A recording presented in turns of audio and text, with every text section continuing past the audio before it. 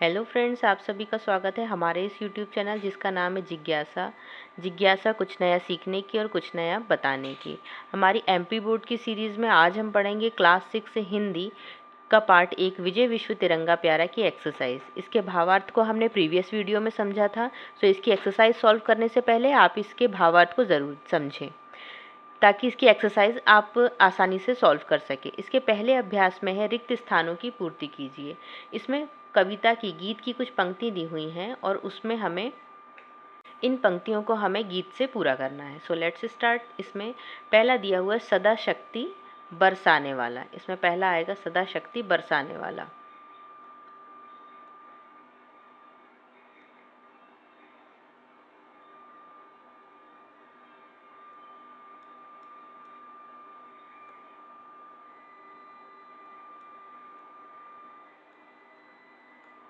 सदा शक्ति बरसाने वाला। नेक्स्ट है प्रेम सुधा सरसाने वाला। स्वतंत्रता के भीषण रण में मिट जाए भय संकट सारा। इसमें आएगा, नेक्स्ट में आएगा मिट जाए भय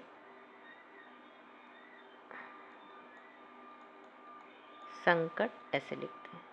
फिर नेक्स्ट है तब होवे प्रण पूर्ण हमारा। ये पहली एक्सरसाइज। नेक्स्ट एक्सरसाइज में है निम्नलिखित प्रश्नों के उत्तर। पहला क्वेश्चन है कवि के अनुसार हमारा ध्येय, ध्येय मतलब होता है हमारा लक्ष्य या उद्देश्य क्या है।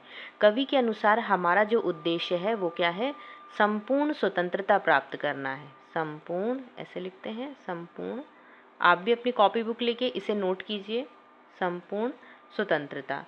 इस संपूर्ण स्वतंत्रता का मतलब क्या है, ताकि हम हर बंधन से मुक्त होकर देश को प्रगति और सम्मान, प्रगति ऐसे लिखते हैं प्रगति,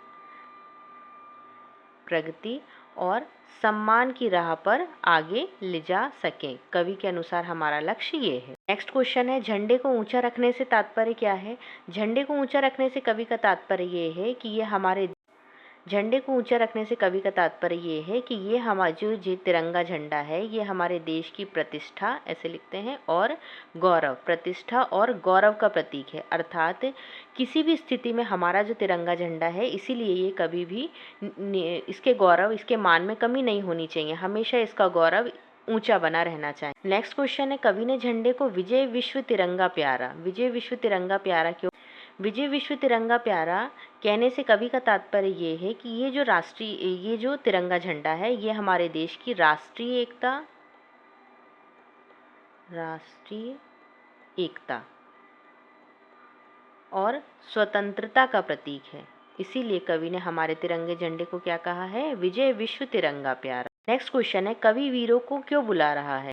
वीरों को बुलाने से कवि का तात्पर्य ये है कि हमारी मातृभूमि की स्वतंत्रता के लिए जो वीर सैनिक हैं वो अपने प्राणों की आहुति दे दें और हमारी मातृभूमि को जो गुलामी के बंधन से आज़ाद करें।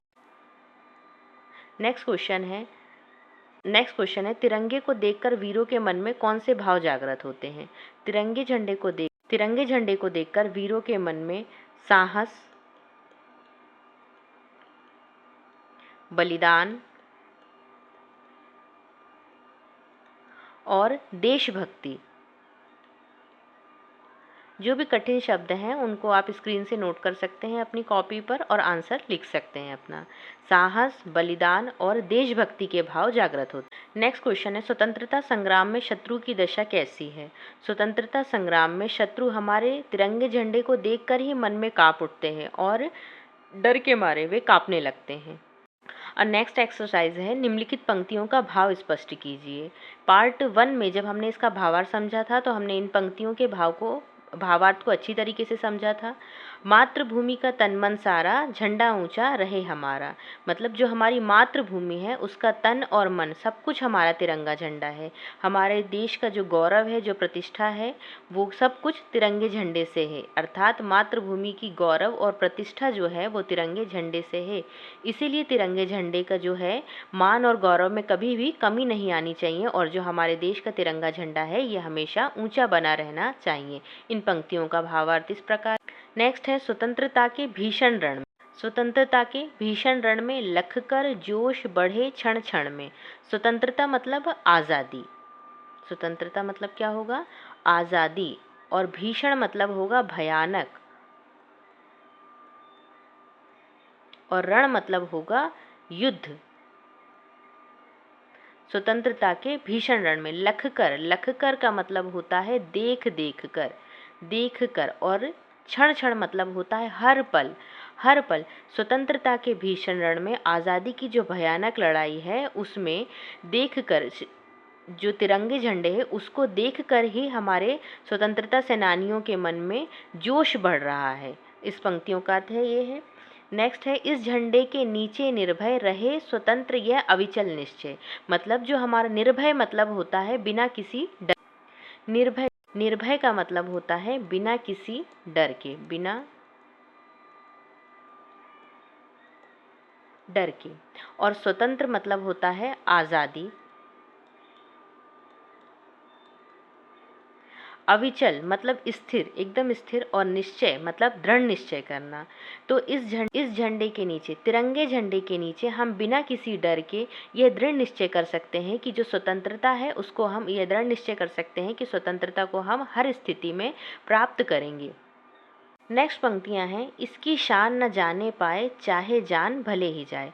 मतलब इसकी शान का मतलब ये है कि जो हमारा तिरंगा झंडा है इसकी शान कभी भी कम नहीं होनी चाहिए। किसी भी परिस्थिति में हमारे जो तिरंगे झंडे का गौरव है, जो उसकी प्रतिष्ठा है, वो हमेशा ऊंची बनी रहनी चाहिए। कभी भी इसके मान और गौरव में कमी नहीं आनी चाहिए। भले ही हमें अपने प्राणों का बलिदान क्यों ना देना पड़े, लेकिन तिरंगे झंडे का मान और गौरव हमेशा बना रहना चाहिए। नेक्स्ट एक्सरसाइज में निम्नलिखित शब्दों का शुद्ध उच्चारण कीजिए। इन्हें हमें क्या करना है, इसका उच्चारण करना है। आपको भी मेरे साथ इसे पढ़ना होगा। स्वतंत्रता, तो पहला शब्द क्या लिखा हुआ है, पहला शब्द लिखा हुआ है स्वतंत्रता, शब्द लिखा हुआ स्वतंत्रता। जैसे आप पढ़ेंगे तो आपको, आपका उच्चारण भी शुद्ध होगा। सेकंड है मातृभूमि, निर्भय, निश्चय, ध्येय और प्रण। इन सभी का अर्थ भी हमने समझा था। स्वतंत्रता का अर्थ अगर हम देखें तो होगा आज़ादी। मातृभूमि मतलब जो हमारी जन्मभूमि है उसे ही हम क्या कहते हैं, मातृभूमि। नेक्स्ट है निर्भय, निर्भय का होगा बिना डर के।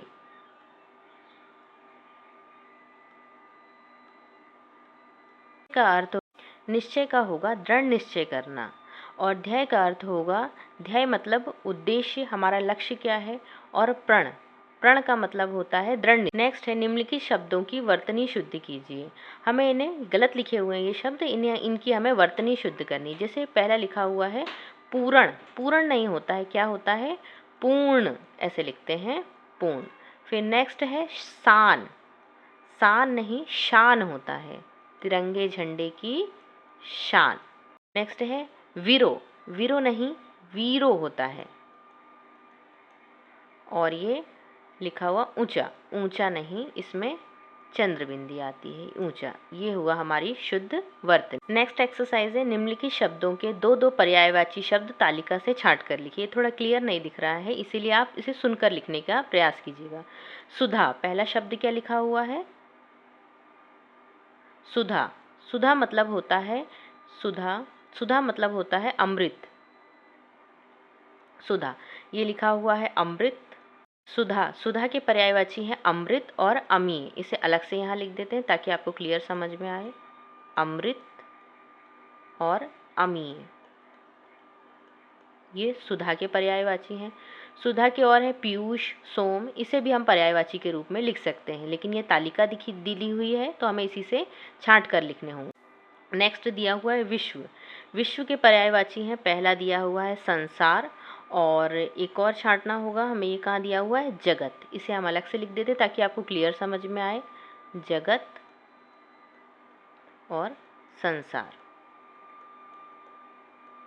नेक्स्ट दिया हुआ है वर्ड झंडा, झंडे के पर्यायवाची हमें ढूंढने होंगे, ये दिए हुए हैं ध्वज, ये है ध्वज, और ये एक दिया हुआ है पताका, ये पताका। इसे यहाँ अलग से लिख देते हैं, झंडा, झंडे के पर्यायवाची दिए हुए हैं ध्वज और पताका। नेक्स्ट वर्ड है माता। माता, माता का पर्यायवाची है माँ और जननी। माता शब्द दिया हुआ है, इसका पर्यायवाची है